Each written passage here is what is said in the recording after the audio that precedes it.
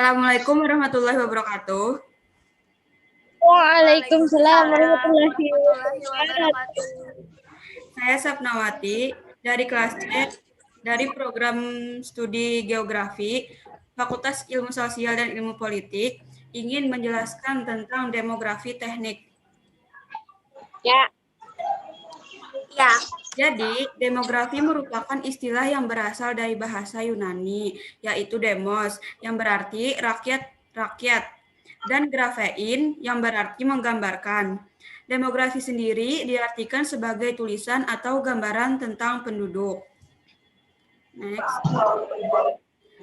Studi kependudukan. Menurut James T. Fawcett tahun 1984 menegaskan bahwa studi kependudukan mempunyai kaitan dengan banyak disiplin akademis dan minat profesional. Luasnya bidang studi kependudukan berikut memberikan garis penuntun dalam studi yang dilakukan. Lebih lanjut, dikatakan penelitian kependudukan, terdiri studi-studi tentang hakikat, sebab dan akibat dari karakteristik dan dinamika penduduk, serta perkembangan data dasar dan metode dalam analisis kependudukan. Faktor-faktor fisik, biologi, psikologi, kultural, sosial, ekonomi, geografi, historis, dan politis dapat dirangkum dalam studi kependudukan. Selanjutnya, berdasarkan cara kerjanya, studi kependudukan dirinci sebagai berikut. Yang pertama, uraian sistematis tentang karakteristik dan dinamika penduduk. Yang kedua, studi faktor penentu dan upaya untuk mempengaruhi kondisi tertentu. Yang ketiga, studi tentang akibat-akibat dari karakteristik dan dinamika penduduk, baik untuk individu maupun untuk masyarakat pada umumnya.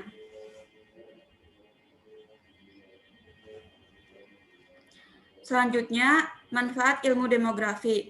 Yang pertama, manfaat ilmu demografi ini adalah mempelajari kuantitas, komposisi, dan distribusi penduduk dalam suatu wilayah tertentu serta perubahan-perubahannya. Kedua, menjelaskan pertumbuhan masa lampau dan mengestimasi pertumbuhan penduduk pada masa mendatang. Yang ketiga, mengembangkan hubungan sebab akibat antara perkembangan penduduk dan bermacam-macam aspek pembangunan sosial, ekonomi, budaya, politik, lingkungan, dan keamanan. Yang terakhir, mempelajari dan mengantisipasi kemungkinan-kemungkinan konsekuensi pertumbuhan penduduk pada masa mendatang.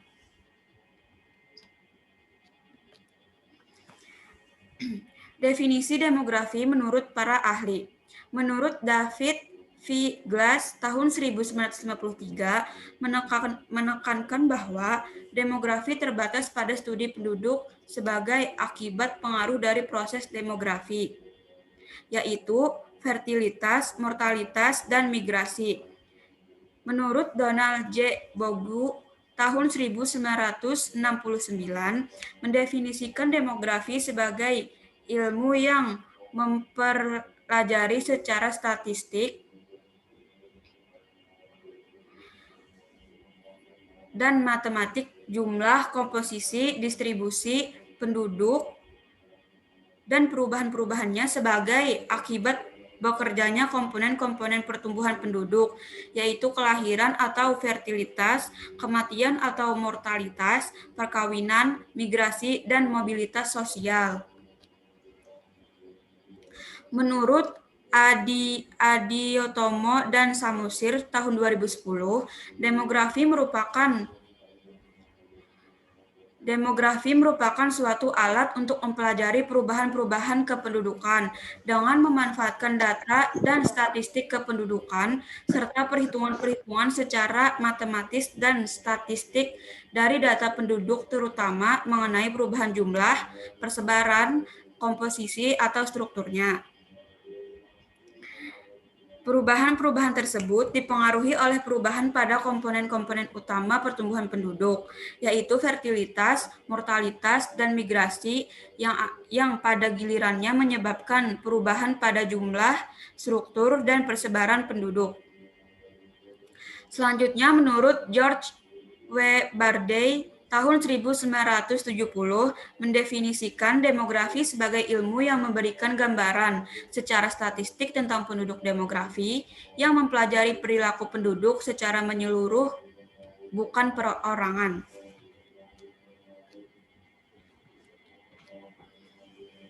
Selanjutnya, definisi menurut Johann Sass-Milch tahun 1762 dalam Iskandar 1992 berpendapat bahwa demografi adalah ilmu yang mempelajari hukum Tuhan yang berhubungan dengan perubahan-perubahan pada umat manusia yang terlihat dari jumlah kelahiran, kematian, dan pertumbuhannya. Selanjutnya, menurut Achille Guillard tahun 1855 memberikan definisi demografi sebagai ilmu yang mempelajari segala sesuatu dari keadaan dan sikap manusia yang dapat diukur, yaitu meliputi perubahan secara umum, fisiknya, peradabannya, intelektualitasnya, dan kondisi moralnya. Selanjutnya akan menjelaskan sejarah perkembangan demografi. Upaya-upaya untuk pencatatan statistik kependudukan sudah dilakukan berabad-abad lalu, meskipun masih dilakukan dalam ruang lingkup yang kecil dan digunakan secara terbatas. Menurut John Brown tahun 1620 sampai 1674, pelopor dalam bidang pencatatan statistik penduduk. Bukunya menuliskan analisis mortalitas dan selebihnya mengenai fertilitas, migrasi perumahan, data keluarga, perbedaan antara kota dan negara, dan jumlah penduduk laki-laki yang berada pada kelompok umur militer. Data yang digunakan dalam analisis kematian dan kelahiran tersebut bersumber dari catatan kematian, The Bills of Mortality, yang diterbitkan secara berkala oleh petugas gereja setiap minggu. Dari hasil penelitiannya itu, Brown mencetuskan hukum-hukum pertumbuhan penduduk. Brown, yang dikenal pula sebagai bapak demografi. Dalam studinya, Brown memperoleh banyak dorongan dari William Petty, seorang ahli statistik. Karya Petty, Political Arithmetic, tahun 1690, berpengaruh besar terhadap perkembangan demografi. Selain itu, usaha mendapatkan data statistik penduduk dilakukan pula oleh Edmund Halley tahun 1656 sampai 1742, seorang astronom, dengan menyusun tabel kematian life table modern yang pertama di kota Breslau pada tahun 1686 sampai 1691. Selanjutnya oleh William Petty tahun 1623 sampai 1687 yang hidup sezaman dengan Brown menganjurkan berdirinya Central Statistical Office, Biro Pusat Statistik. Pembagian ilmu demografi. Yang pertama oleh Adolph Landry tahun 1945 secara matematis membuktikan adanya hubungan antara unsur-unsur demografi seperti kelahiran, kematian, jenis kelamin, dan umur menggunakan istilah demografi murni atau pure demografi atau demografi formal untuk cabang ilmu demografi yang bersifat analitis matematis untuk membedakannya dengan analisis kependudukan yang lebih luas sifatnya. Selanjutnya, teknik perhitungan data kependudukan dikembangkan. Dari metode perhitungan dan estimasi diperoleh gambaran penduduk dan variabel-variabel demografi lainnya, baik pada waktu sekarang maupun pada waktu masa yang akan datang. Metode perhitungan belum dapat menjawab pertanyaan-pertanyaan mengapa, keadaan atau proses itu terjadi. Metode perhitungan belum dapat menjawab pertanyaan-pertanyaan mengapa, diperlukan ilmu pula disiplin ilmu lain untuk menjelaskan mengapa terjadi perubahan-perubahan dalam variabel-variabel demografi tersebut. Selanjutnya, dinamika kependudukan. Pertumbuhan penduduk diakibatkan oleh 3 komponen demografi. Yang pertama yaitu fertilitas, mortalitas, dan migrasi atau masuk in-migration dan keluar out-migrasi. Selisih antara fertilitas dan mortalitas disebut perubahan reproduksi atau reproductive change atau pertumbuhan alamiah, natural growth. Selisih antara migrasi masuk dan migrasi keluar disebut migrasi neto atau net migration. Jadi, pertumbuhan penduduk dipengaruhi oleh pertumbuhan alamiah dan migrasi neto. Selanjutnya, variabel demografi dan non-demografi.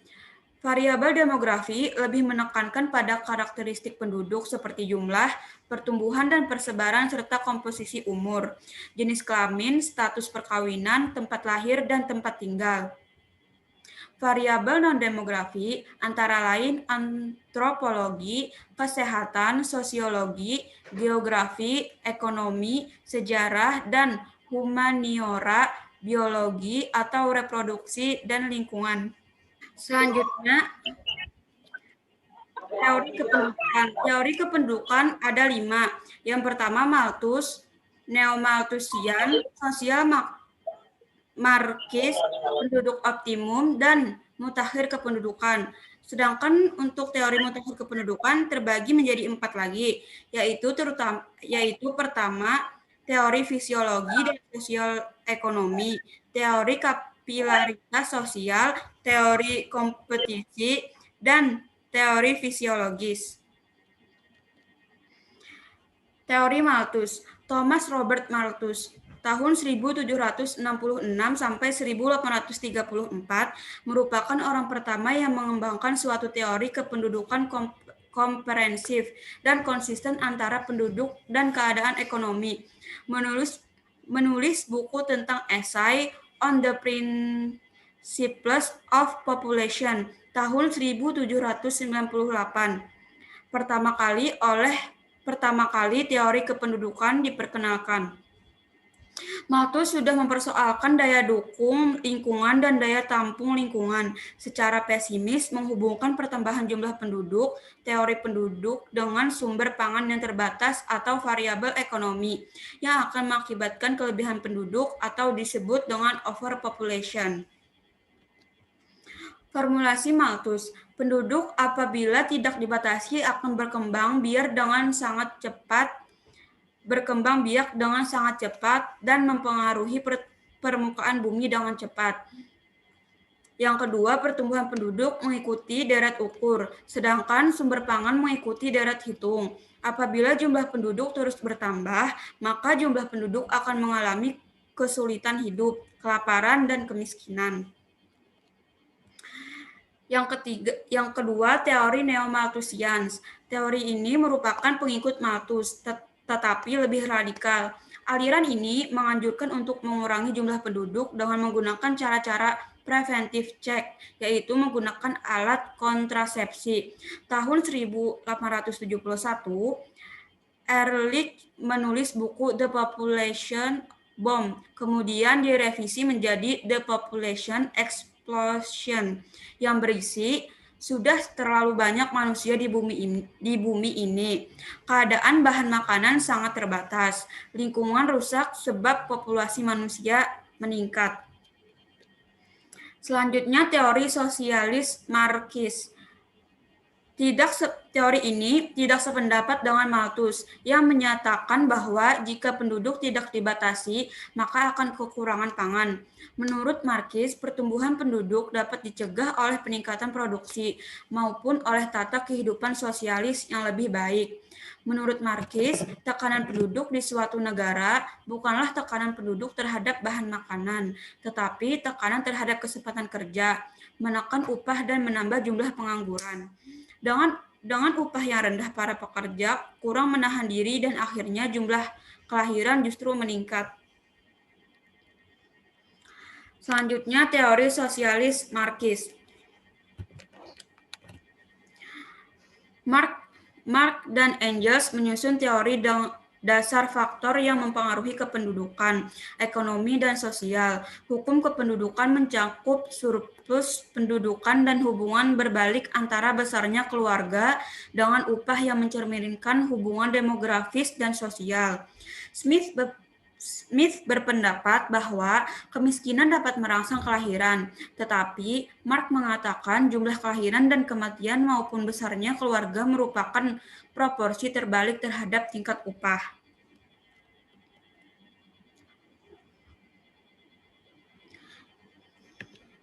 Teori penduduk optimum.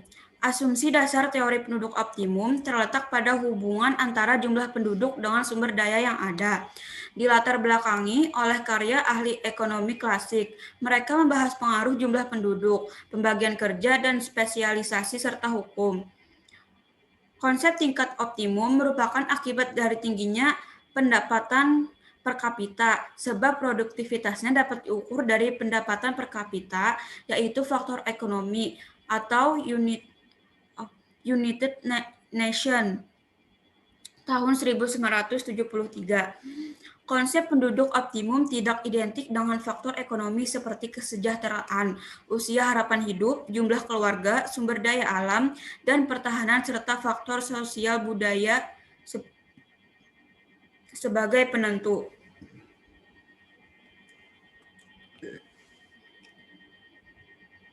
Selanjutnya, teori mutakhir kependudukan.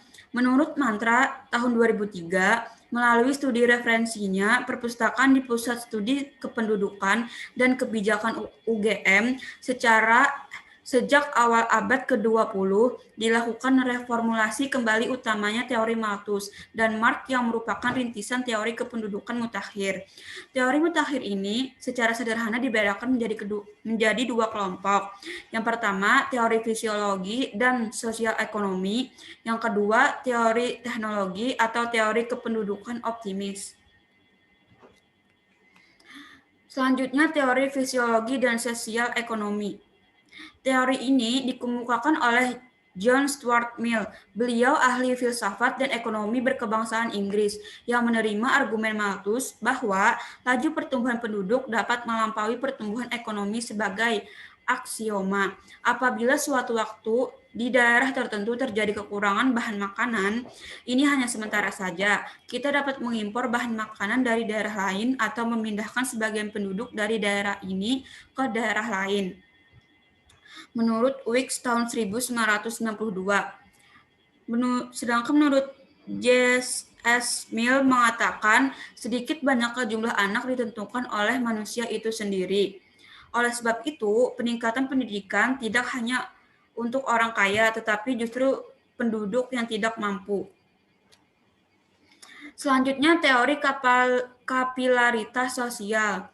Ahli demografi berkebangsaan Prancis, Arsène Dumont mengemukakan teori kapilaritas sosial, menggunakan dasar pada keinginan seseorang untuk mencapai kedudukan yang lebih tinggi dan melebihi apa yang telah pada sendiri capai. Teori ini berkembang baik pada negara demokrasi karena setiap orang terpacu untuk mencapai kedudukan yang lebih tinggi, maka angka kelahiran menurun sangat tinggi. Selanjutnya, teori kompetisi. Teori ini dikemukakan oleh Emil Durkheim. Beliau lebih menekankan pada akibat dari pertumbuhan penduduk yang tinggi. Negara atau wilayah dengan kepadatan penduduk yang tinggi akan menimbulkan kompetisi untuk bertahan hidup dengan meningkatkan pendidikan dan keterampilan individu. Di masyarakat kota, nampak jelas dengan pola kehidupan yang kompleks. Untuk menghindari berbagai masalah kehidupan, di perkotaan seperti masyarakat industri dan jasa kemasyarakatan, kesejahteraan dapat dicapai bila mana individu mempunyai keahlian dan pendidikan yang cukup.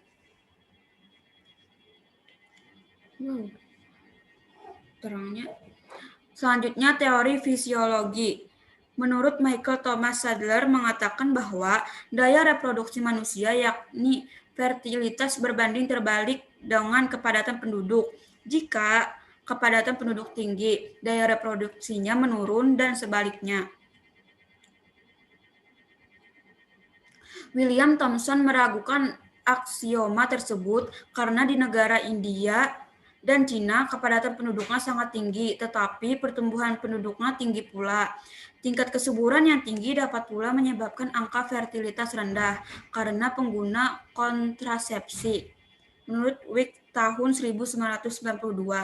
Teori fisiologi dari Doubleday yakni daya reproduksi penduduk berbanding terbalik dengan ketersediaan bahan makanan.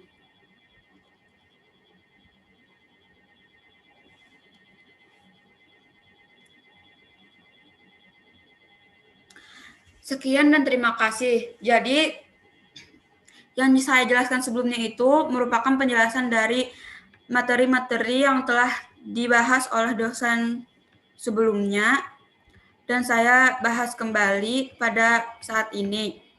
Semoga apa yang saya jelaskan dan bacakan sebelumnya itu dapat dipahami dan dapat dimengerti dan dapat dimanfaatkan untuk pembelajaran kalian nanti. Terima kasih untuk partisipasinya dan sudah menonton dan sudah mendengarkan. Semoga bermanfaat bagi kalian semua. Assalamualaikum warahmatullahi wabarakatuh. Waalaikumsalam warahmatullahi wabarakatuh. Terima kasih.